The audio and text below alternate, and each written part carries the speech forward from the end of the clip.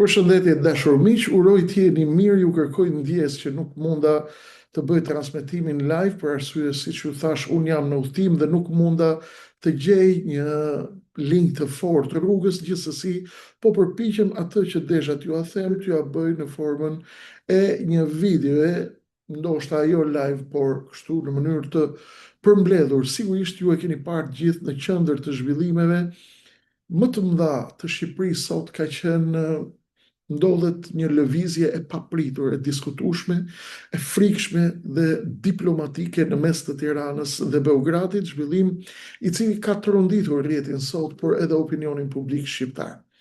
Ne jemi duke parë, jemi dëshmitar të një aksioni të madh, të një zhvillimi të jashtëzakonshëm i cili në një mënyrë apo në një tjetër përfaqëson zhvillimet gjeopolitike për cilat ju kemi përgatitur për i kohëve të gjata. Mugosha dhe Popovici drejtojnë Shqipërinë prej vitit 1942, na drejtuan për 83-84 vite. Dhe vazhdojnë na drejtojnë, tashmë ne kemi hyrë në fazën e shkepjes së botës, në fazën e zhvillimeve të mëdha gjeopolitike dhe në fazën e riformatimit të gjithë botës. Prej këtyre vendeve do të jetë edhe Ballkani. Ndonë se marrëveshja ndërmjet Shqipërisë dhe Serbisë është njoftuar nga ministri i jashtëm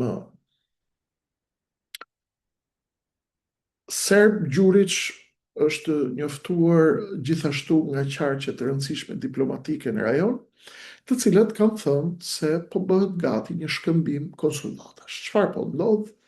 Ne do të hapim konsullat në Medvej Bujanovsk, në luginën e Preshevës, ku ka mbi 57.000 shqiptar, dhe ata serbët kanë kërkuar në këmbim të hapin një konsullat serbe në Shkodër. Ç'është ky targetim i Shkodrës në këtë moment dhe çfarë po ndodh në Shkodrën? E jani ta shohim të gjithë bashkë. Ndonë se marrëveshja është njoftuar fillimisht në mënyrë të një anshme nga mediat serbe dhe nga Marko Gjurić, ajo që duket është një përplasje e fortë mes diskursit zyrtar për reciprocitet dhe shqetësimeve të thella mbi interesin gjeopolitik rajonal, mbi sovranitetin kombëtar dhe mbi sigurinë e vendit dhe të Shqipërisë. Ka një kontrast demografik ndërmjet shqiptarëve në Luginë dhe serbëve në Shqipëri. Ka një pabarazi përfaqësimi dhe kërkesa e ndërsjellë diplomatike përballë dy realitete demografike krejtësisht të pabarabarta që nuk kanë lidhje as pak me njëri tjetrin. Duke ngritur pikpyetje serioze në këtë mënyrë, pra, mbi kriteret e vendosjes së këtyre zyrave. Po të shkojmë të shohim statistikat dhe po të shohim luginën e Preshevës, zona atje strehon vjetra mijëra shqiptar autokton, rreth 57.000 banor mbi 71% e popullsisë së rajonit, të cilët përballen historikisht me injorim, me dhunë, me mjerim, me shpopullim dhe me të gjitha arsyet e mjaftueshme për ta bërë jetën të pabanueshme në një vend. Nuk ka kush i mbron, nuk ka kush i del zot, nuk ka kush t'i dal në mbrojtje, dhe sfidat e tyre nuk janë vetëm konsullore dhe administrative, janë ekzistenciale atje. Në fakt, siç po bëhen sfidat e gjithë shqiptarëve në të gjithë trojet e tyre etnike, sepse loja ndërkombëtare me sa duket e kemi tërësisht kundër nesh dhe kundër shqiptar. Nevoja për një konsullat shqiptar atje është e konsideruar prej kohësh urgjente, madje është konsideruar dhe e vonuar. Ndërsa në Shkodër, censusi zyrtar dëshmon se komuniteti serb përbën një shifër minimale, vetëm 584 persona, të vetë deklaruar serb, krahas një pakice tjetër malazeze. Komunitetet slavisht folse në Shqipëri zënë më pak se 0,2% të popullsisë së qarkut të Shkodrës. Sipas konventës së Vjenës, neni 4 i saj, hapja e zyrave konsullore kërkon ekzistencën e një komuniteti të konsiderueshëm, shkëmbime të rëndësishme ekonomike ose fluks të lartë të papërballueshëm udhëtimesh, element që mungojnë këto plotësisht në rastin e pranisë serbe në Shkodër. Pra paskena ekonomike dhe kriminale në Shkodër, dëgjoni me kujdes, është shumë e komplekse. Përtej fasades diplomatike, analistët dhe faktet e ngritura ekspozojnë një realitet të frikshëm të heshtur ku Shkodra funksionon si qendër e deportimit të kontrollit të ekonomisë së zezë në Shqipëri dhe të deportimit të ekonomisë serbe në Shqipëri. Dhe ky është fillimi i kolonializmit ekonomik, një pjesë e konsiderueshme e bizneseve më të suksesshme në Shkodër, përfshirë hotelet luksoze, restorantet në Shirok, përgjatë vijës së Bunës dhe perandoria turistike e Velipojës operojnë përmes kapitalit dhe strukturave të orientuara nga veriu, duke krijuar një varësi të ekonomisë lokale, por pjesa më e madhe e atyre bizneseve, dhe këto janë statistika të shërbimeve mike dhe atyre shqiptare dhe të njerëzve të cilët e njohin mirë fushën dhe i kanë me rrugica të gjitha lagjet e Shkodrës dhe zonat e saj dhe fshatrat e saj, kush është, kush i kontrollon, si i kontrollohen kapitalet, kush i ka restorantet, baret, hotelet, qendrat më të rëndësishme. Penetrimi ka filluar në fillim të viteve 90. Identitetet e fshehura dhe krimi organizuar kanë qenë në një bashkëpunim të jashtëzakonshëm, të padiskutueshëm. Dhe lidhjet me strukturave politike dhe grupeve të fuqishme kriminale në Shkodër dëshmojnë se kontrolli ushtrohet edhe në rrugë informale. Përdorimi i dyfisht i identiteteve, si rasti i individëve me rekorde kriminale të cilët kapen në Europë me mbiemra fqinjësh, tregon për një simbiozë mes krimit të organizuar, politikës klienteliste dhe agjendave rajonale. Ju i dini dhe e njihni ndikimin e Bajrave në përzgjedhjen dhe në mbështetjen dhe në nxjerrjen e deputetëve të sektit të rilindjes në Parlamentin e Shqipërisë.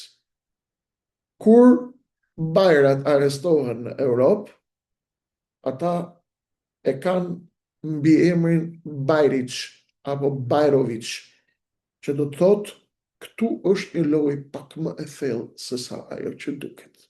Kështu na vijnë informatat nga Interpoli, nga qarqet europiane dhe perëndimore, se të tillë element, të cilët kanë qenë shtylla kurrizore e fushatave elektorale të bandës anti-shqiptare filoserbe të rilindjes në Shqipëri, kanë qenë të ngushtësisht të lidhur me rezultatin elektoral të zgjedhjeve në Shkodër dhe kanë qenë pjesë e planit për kuaj Troje-Slav, serb malazez dhe ndikimin e tyre në veri të Shqipërisë dhe veçanërisht në Shkodër, në Shirok, në Velipoj, në bregun e Bunës dhe në të gjitha pikat dhe resortet e rëndësishme turistike, liqen, lum, mal, det dhe gjithçka që lidhet me biznesin e restoranteve dhe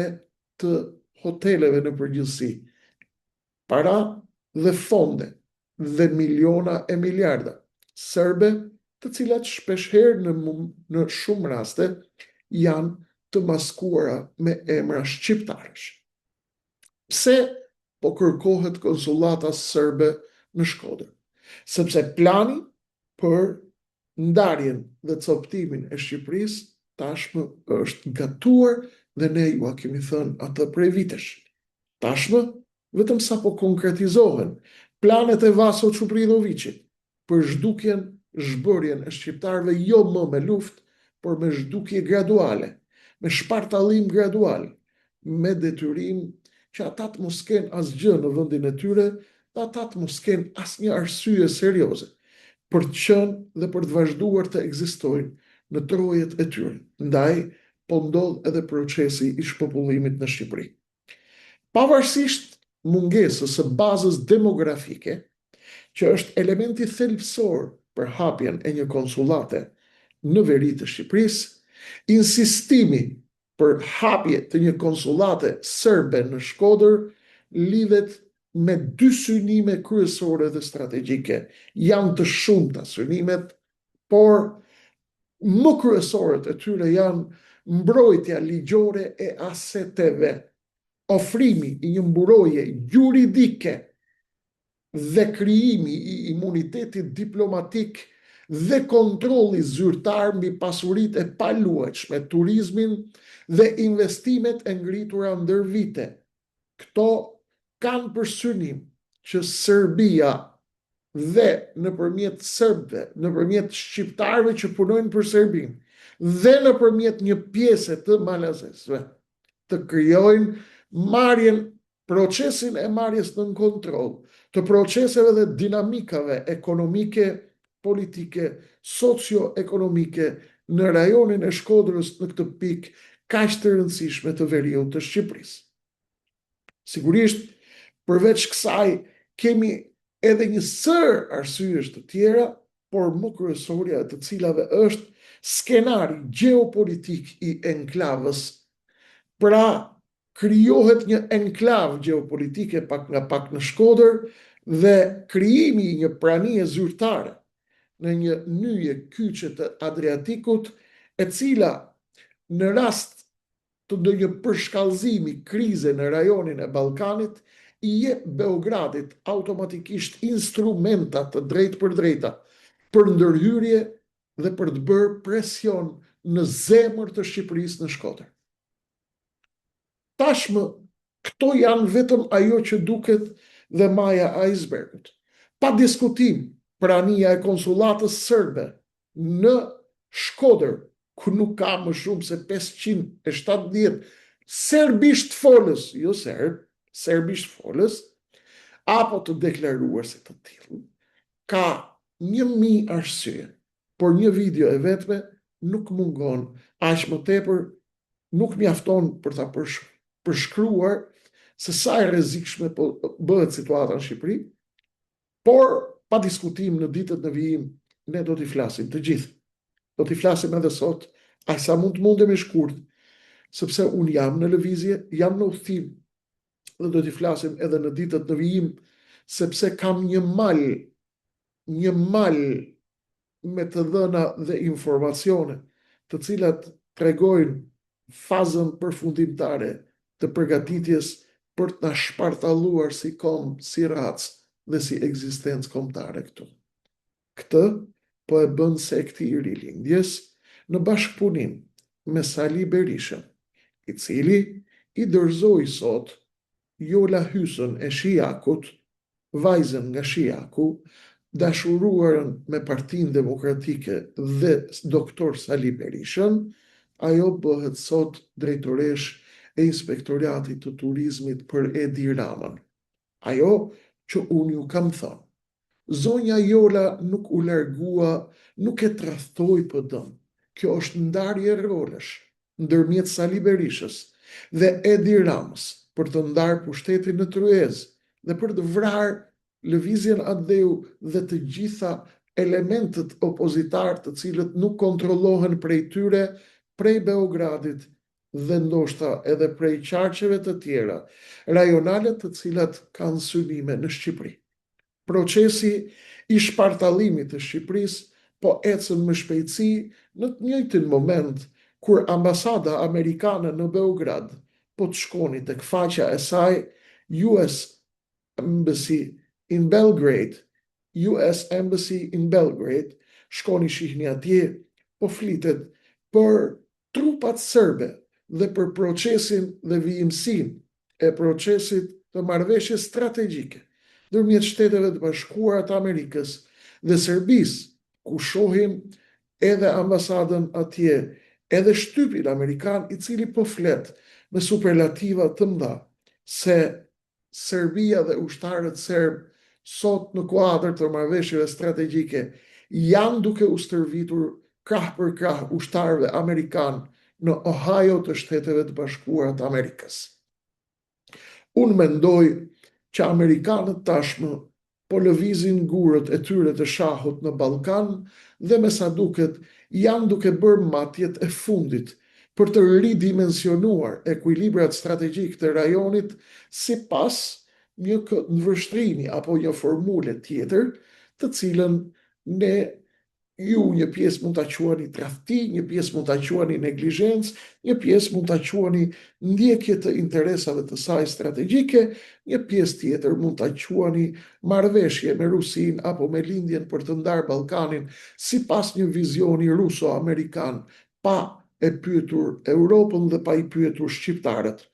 Unë besoj që ky skenar nuk është ende i qartë dhe nuk mund të themi me gojën plot se ky është skenari, të paktën sa i përket rolit amerikan. Unë kam arsye të besoj se amerikanët ende nuk i kanë shitur shqiptarët, sepse llogaritë e mia gjeopolitike nuk më dalin, jo sepse kështu kam qef unë dhe kështu kemi qef ne Pellazgo Ilirët, por sepse kështu thon faktet kokëforta gjeopolitike dhe llogaritë e tilla. Ajo që po ndodh në Ballkan është shumë e madhe, për këtë mos keni asnjë dyshim.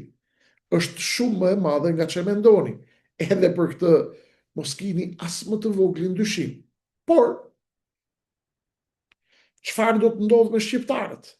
A do të vazhdojnë shqiptarët të protestojnë dhe të mbrojnë vendin e tyre, apo do të largohen dhe do të lejojnë Shqipërinë të dorëzohet tek lojtarët, ku partia e Mogoshës dhe Popoviçit kanë kohë që po përgatisin letrat, dokumentacionin dhe planin për ta dorëzuar Shqipërinë dhe Ballkanin në sundimin e Serbisë. Për këtë do të më duhet ju bëj një emision të veçantë, ndoshta nesër, në ditët në vijim, për fakte të tjera tronditëse, të cilat tregojnë se ky plan për zhbërjen e Shqipërisë dhe për dorëzimin e Ballkanit ndaj influencës dhe hegemonisë serbe është një plan i madh. Ka dëshmitar rajonal. Ka dëshmitar rajonal dhe kam fakte të tjera për një luftë të nëndeshme të frikshme që është duke ndodhur në këtë moment. Luftë, betejë, statistika të cilat ne do t'i shpjegojmë për shqiptarët në një moment të dytë të përshtatshëm. Pasi zbulimi i detajeve të tilla në këtë moment mund ta komprometoj negativisht ecurinë e këtyre zhvillimeve dhe të kësaj përplasje në rajonin e Ballkanit. Shqiptarët janë në rrezik.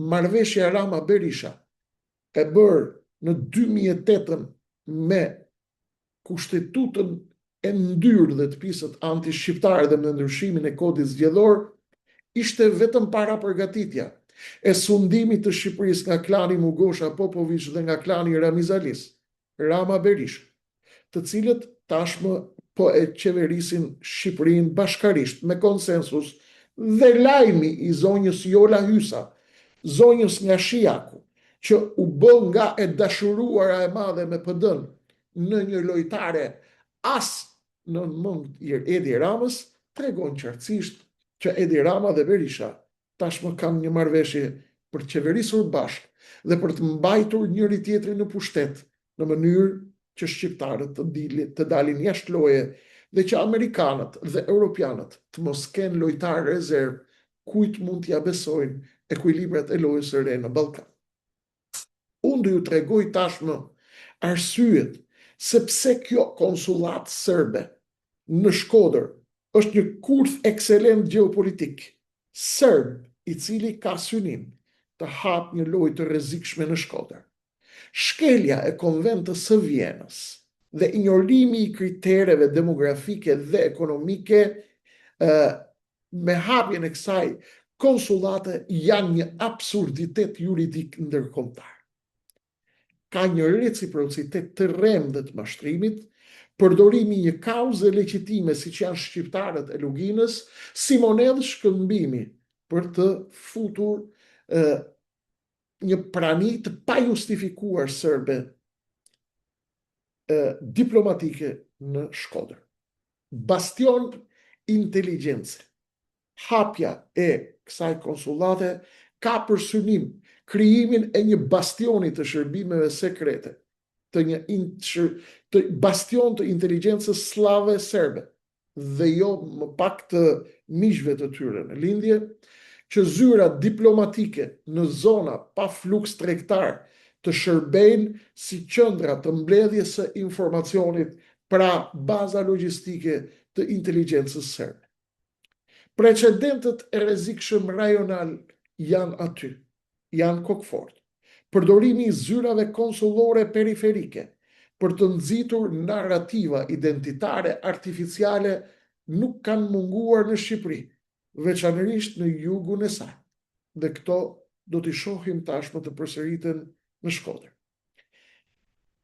Pranimi i një kompromisi pa kushte ndaj një regjimi i cili vazhdon të mbaj qëndrime shoviniste ndaj fqinjve, siç është Serbia, është një shërbim falas ndaj saj dhe i dominancës së saj në rajon. Çka po ja jep Edi Rama dhe Ferit Hoxha, ministri jon i punëve të jashtme.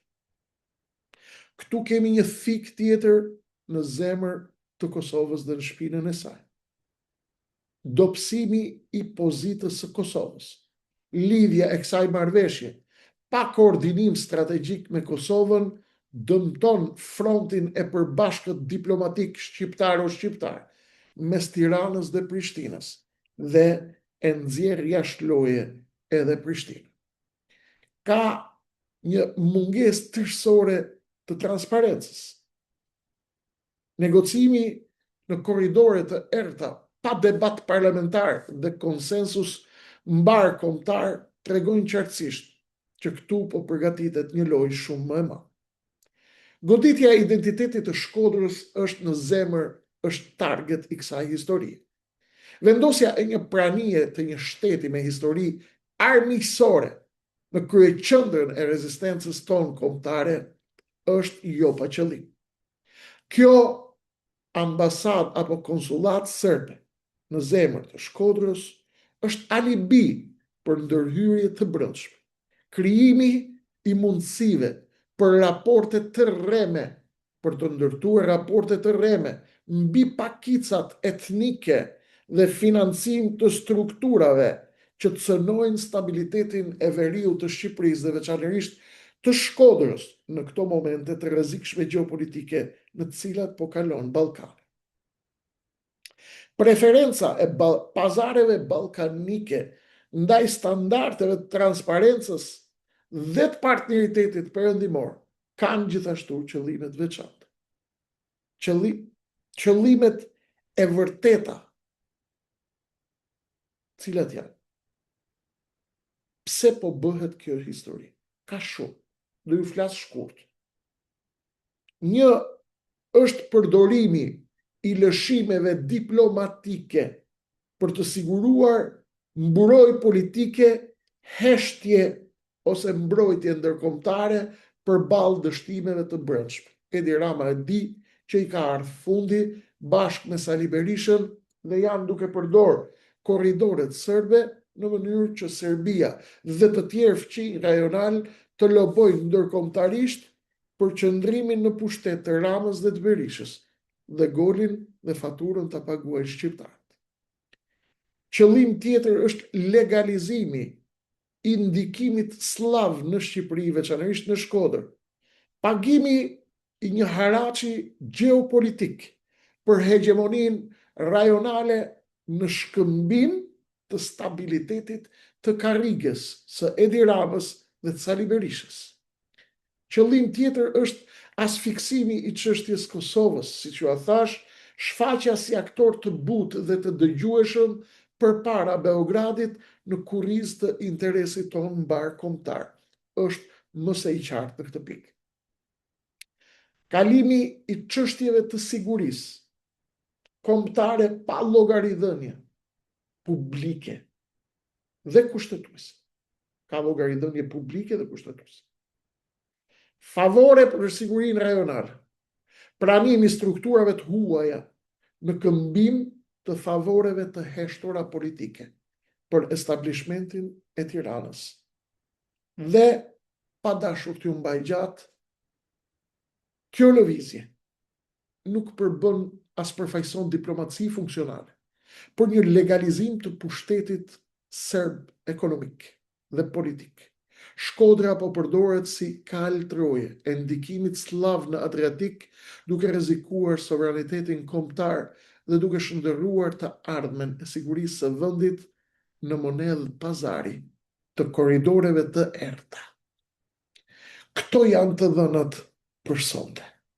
Ka shumë për t'u thënë, por unë nuk do t'i them të gjitha. Është shumë për t'u thënë, por nuk kam mundësi t'i them të gjitha tani dhe sot. Në qoftë se kemi dhe Zoti na jep jetë dhe shëndet, do t'i themi në vijim, sepse loja ka kaluar në fazat e saj ekstreme. Janë duke përdorur shkodrën kal troje slav, serb, për të ndikuar dhe certifikuar dhe noterizuar ndikimin slav, serb dhe daljen e Rusisë në ujërat e ngrohta tek ëndra e saj e përjetshme. Çfarë do të marrin shqiptarët në këmbim? Do të marrin Edi Ramën, Sali Berishën, Benet Becin e Shkodrës, i cili edhe ai vinte nga rradhët e Berishës dhe kaloi ke Edi Ramën. Janë të gjithë bashkë. Ju e dini. Kemi vetëm një mundësi për të vepruar. Bashkohuni me lëvizjen anëthe. T'ja bëjmë fora. Të bëhemi gati për të gjitha.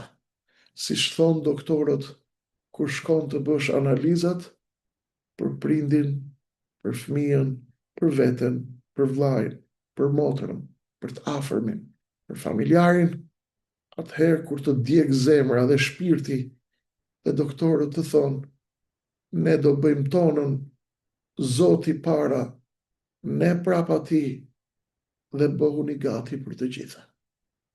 Ky është lajmi më i tmerrshëm që mund të dëgjojnë flam familjarët për gjakun e tyre, për të afërmin e tyre, për shpirtin e tyre, për dritën e syve të tyre.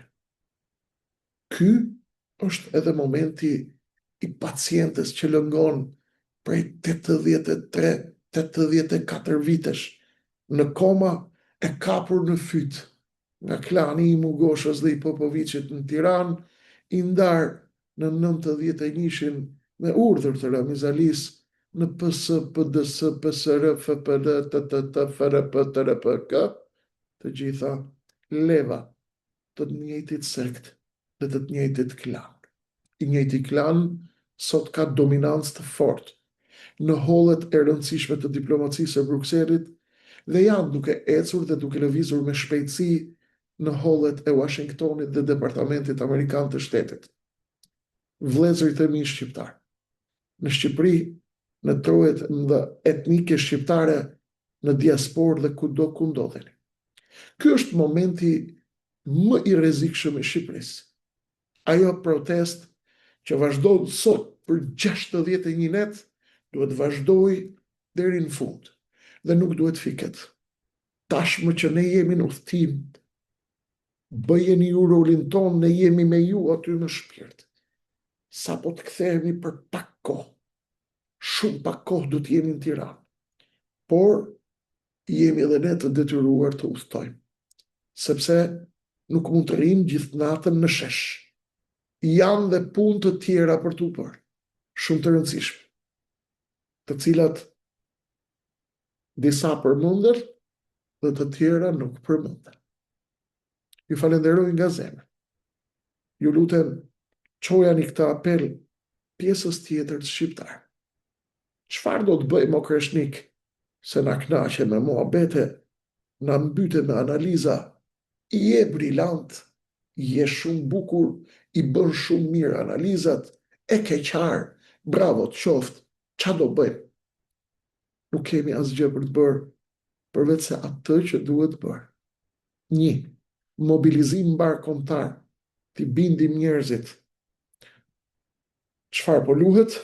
Të mbledhim ajkën e kombit tek e vetmja garanci politike që keni sot në Shqipëri, lëvizja Deu. Të vazhdojmë të mblidhemi kush në shesh e kush jashtë sheshit. Ditët në vijim të hartojmë planin për qëndres kombëtare, për rezistencë deri në fund, qoftë edhe me jetën tonë të përbashkët. Kaq mund të flitet në internet, sepse aty na dëgjonin miqt, na dëgjon dhe hasmi. Nuk i tregojmë hasmin dot më shumë se kaq. Kryeni detyrën tuaj, mbështeteni këtë dritare, e janë mblidhur me Lëvizjen Adeu, bëni like, share, subscribe kanalit. Unë do t'jem me ju sërish. Më vjen keq, për sa kohë do t'jem në udhtim, e pat dhe vetë ishte e pamundur të dal live, për arsye se nuk kam internetin e mjaftueshëm për të dal live, por do t'jemi bashkarisht me këto video sa herë unë do të gjej hapësirë dhe mundësi, derisa të rikthehemi dhe të rishihemi në Shqipëri dhe në Tiranë sërish. Faleminderit nga zemra, rishihemi shpejt.